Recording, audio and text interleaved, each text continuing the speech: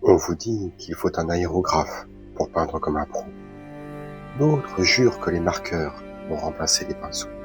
Alors aujourd'hui, on va comparer les principales méthodes de peinture sur figurine.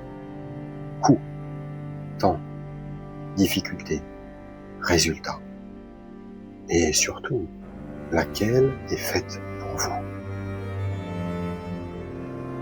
Avant de comparer les méthodes, une précision. Aujourd'hui, pour la peinture sur figurine moderne, l'acrylique domine largement. Pourquoi ? Parce qu'elle est économique, facile à nettoyer, relativement sûre à utiliser et compatible avec toutes les méthodes dont on va parler. Les peintures à l'huile et à l'émail existent toujours, mais elles restent réservées à des usages plus spécifiques. Concentrons-nous donc sur l'acrylique. Quand je parle du pinceau, il existe en réalité deux philosophies. La peinture classique et les peintures contraste ou speed paint. Avec ces dernières, l'objectif est simple, obtenir rapidement des ombres et du relief en un seul passage. La peinture se concentre naturellement dans les creux. Le résultat est souvent très convaincant pour un temps investi réduit. Le prix est légèrement supérieur aux peintures classiques, mais ça reste une solution très abordable. La peinture classique, elle, demande davantage d'apprentissage. Faire des mélanges, la dilution, les éclaircissements. Mais elle offre aussi le plus haut niveau de contrôle. Et vous créez vos propres teintes. Vous choisissez précisément vos effets. Et surtout, vous pourrez continuer à progresser pendant des années. Les marqueurs, eux, répondent à un problème très simple. Beaucoup de joueurs veulent des figurines peintes sans avoir à apprendre immédiatement les techniques traditionnelles, sans y passer trop de temps. Pas de dilution, pas de palette, pas de mélange, on ouvre, on applique, on referme. C'est probablement l'outil qui se rapproche le plus d'un feutre appliqué à la peinture sur figurine. Enfin, beaucoup de débutants pensent qu'un aérographe va automatiquement améliorer leur niveau. En réalité, l'aéro est un outil. Il permet surtout d'aller plus vite sur certaines étapes, de faire des détails impossibles à faire au pinceau ou d'autres méthodes, pour des sous-couches, des dégradés, des effets lumineux, mais il ne remplace pas les bases de la peinture. La majorité des figurines que vous admirez nécessitent toujours un travail important au pinceau. Parlons maintenant du budget. Le lavis reste la solution la moins coûteuse. Utilisé seul, on utilise en général un ton pour les monstres, un pour les héros, et basta. Le pinceau classique permet d'adapter facilement vos dépenses. Avec les marqueurs, le coût au millilitre est beaucoup plus élevé, 4 fois supérieur pour la même marque qu'un pot en acrylique, pour la même couleur. En contrepartie, vous économisez sur le matériel annexe. Enfin, l'aérographe demande un investissement initial important. Le compresseur, l'aéro, les accessoires, les produits d'entretien. Si votre critère principal est le prix, vous avez probablement une idée de la méthode choisie. Passons maintenant au temps. Vous voulez jouer quelques heures après réception du jeu ? Le lavis est imbattable. Vous voulez aller un peu plus loin sans apprendre immédiatement les techniques classiques ? Les marqueurs sont particulièrement intéressants. Le pinceau, lui, demande davantage de patience. Quant à l'aérographe, son efficacité dépend fortement du volume de figurines à traiter et du nombre de couleurs.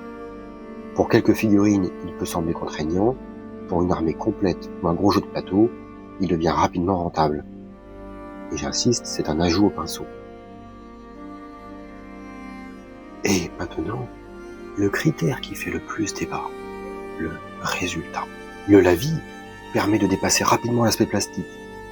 Le marqueur constitue un excellent intermédiaire. Le pinceau offre une très grande liberté. Et l'aérographe, associé au pinceau, permet d'atteindre des résultats exceptionnels, à condition de maîtriser les techniques nécessaires. Votre exigence aura peut-être déjà éliminé certaines solutions. Mais il existe un critère dont on parle rarement. Le risque de découragement. Car la meilleure méthode n'est pas forcément celle qui donne le meilleur résultat. C'est celle qui vous donne envie de continuer. Une méthode trop complexe peut rapidement devenir frustrante. Une méthode trop limitée peut finir par vous lasser. Le bon choix est celui qui vous donnera envie de peindre votre prochaine figurine. Et puis, il y a le plaisir. Certains adorent la précision du pinceau, d'autres apprécient la rapidité des marqueurs. D'autres encore prennent énormément de plaisir avec les effets spectaculaires de l'aérographe. Ce critère est profondément personnel. Et surtout, vous n'êtes pas obligé de choisir une seule méthode. La plupart des peintres expérimentés combinent plusieurs outils. Par exemple, l'aérographe pour les sous-couches, les contrastes pour certaines zones, le pinceau classique pour les détails. Le but n'est pas de choisir un camp. Le but est d'utiliser le bon outil au bon moment.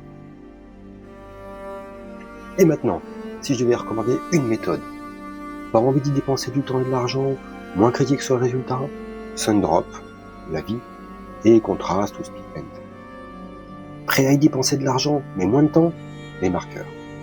Envie d'en faire une passion, d'y passer du temps avec un budget adaptable, pinceau classique. Vous voulez aller plus loin dans les résultats, pinceau et aéro.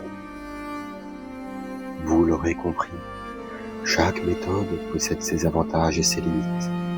Mais si vous deviez retenir une chose, ne choisissez pas la méthode qui impressionne le plus. Choisissez celle qui vous donnera envie de peindre votre deuxième figurine. Avant l'atelier de Banégon, tout a commencé il y a bien des années avec le modélisme. À cette époque, les figurines étaient encore loin de l'établi. Avions, bateaux et autres maquettes ont peu à peu vu le jour au fil du temps. Puis est arrivée la passion des jeux de société. Avec elle sont venus les jeux à campagne, les héros, les monstres et toutes les figurines qui les accompagnent. C'est ainsi qu'est née naturellement la passion pour la peinture sur figurine. Aujourd'hui, il est devenu difficile d'imaginer une figurine non peinte sur la table de jeu. Au fil des années, de nombreuses techniques sont apparues et de nouveaux outils continuent d'enrichir notre hobby. Pourtant, à l'atelier, le pinceau et la peinture classique restent les compagnons privilégiés. C'est à mon sens la méthode qui procure le plus de plaisir et la plus grande satisfaction une fois la figurine achevée. Chaque mélange est personnel, chaque éclaircissement, chaque ombre, chaque détail est le résultat d'un choix. Et même si d'autres outils trouvent parfois leur place sur l'établi, le pinceau reste celui qui me procure le plus de plaisir à utiliser. À force de recherche, de repasser à regarder le travail d'autres peintres, mais aussi de frustration face au manque de tutoriels accessibles lorsque je débutais, une idée a fini par germer. Comment progresser avec peu de pots de peinture? Comment obtenir de beaux résultats sans devoir acheter l'équivalent de 2 établis de matériel? C'est de cette réflexion qu'est né l'atelier de Banégon. Et vous, quel a été votre parcours dans le hobby? Quelle méthode occupe aujourd'hui la plus grande place sur votre établi? Dites-le moi en commentaire.